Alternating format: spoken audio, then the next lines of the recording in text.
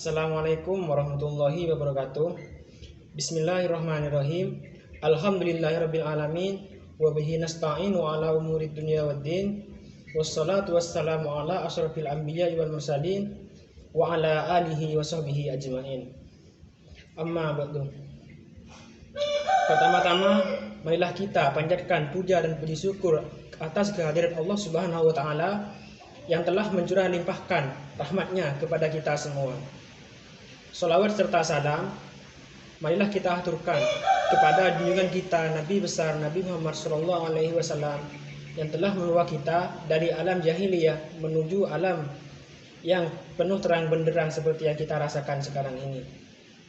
Yang saya hormati dosen pengampu bahasa Indonesia Ibu Sri Normaningsih MPD dan teman-temanku juga yang saya hormati. Pada kesempatan kali ini saya akan berpidato tentang introspeksi diri.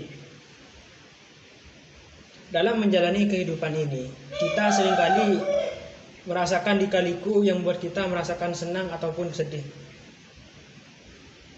Ada saatnya jalan hidup membawa kita ke puncak kesuksesan. Saat itulah kita merasa bahwa kebahagiaan berada di pihak kita. Dunia serasa mendukung apa yang kita inginkan. Ada juga jalan hidup membawa kita jauh jatuh ke bawah. Pada saat itu, kebahagiaan lenyap seketika. Kita merasa bahwa dunia ini tidak adil. Kita merasa bahwa apa yang kita rencanakan serasa digagalkan. Nah, maka dari itu, disitulah pentingnya kita berintrospeksi diri agar saat kita terjadi seperti itu, kita tidak bingung dan kita harus menjadikan diri kita agar menjadi lebih baik lagi. Introspeksi itu sendiri yaitu tahapan atau proses agar kita bisa menjadi pribadi yang lebih baik dengan mengacu atau menjadikan pengalaman kita, baik itu pada saat kita sukses ataupun gagal, kita jadikan pengalaman itu sebagai acuan untuk kita maju ke depannya. Dan evaluasi diri sendiri itu sangatlah penting bagi kita. Cara melakukan introspeksi diri. 1. Memahami kelemahan kita atau memahami apa kekurangan kita dalam melakukan introspeksi. Nah, maksudnya yaitu saat kita melakukan introspeksi diri, kita harus merendahkan diri kita. Kita harus memposisikan diri kita ini lebih rendah daripada orang lain. Karena dengan begitu kita lebih mendalami apa yang kita perbuat. Dan apabila kita punya salah ataupun membuat kesalahan, kita akan lebih mendalami kalau kita merendahkan diri. Jika sebaliknya, kalau kita meninggi-ninggikan kita itu sendiri, maka introspeksi sendiri itu tidak akan berjalan dengan baik atau tidak akan pernah terwujud. Mengapa? Karena kalau kita meninggi-ninggikan kita ataupun sombong, kita selalu merasa benar. Apa yang kita lakukan itu selalu benar. Nah, maka dari itu kita tidak boleh menyombongkan diri saat berintrospeksi. Yang kedua, introspeksi dalam berbagai aspek kehidupan.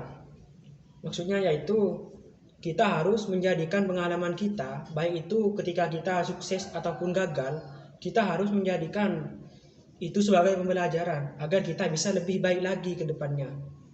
Apabila kita gagal, kita harus mencoba dan terus mencoba. Kita harus memikirkan bagaimana solusi agar kita tidak bisa gagal lagi.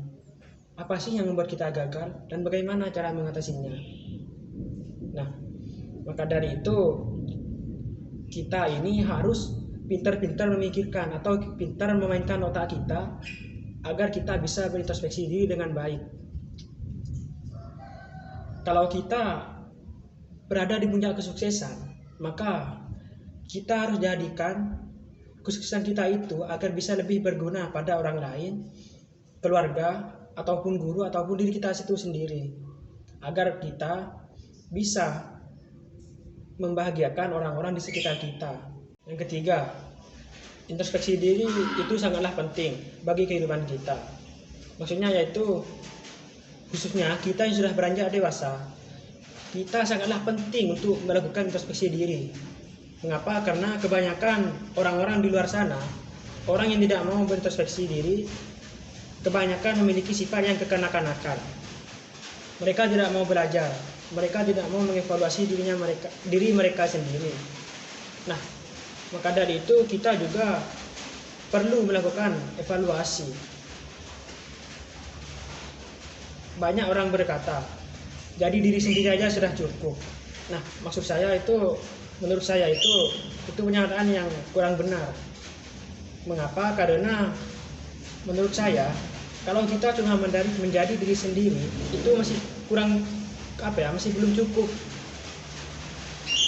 Karena kita ini makhluk sosial, kita perlu berinteraksi dengan orang lain, meminta pertolongan orang lain, berbicara dengan orang lain dan sebagainya.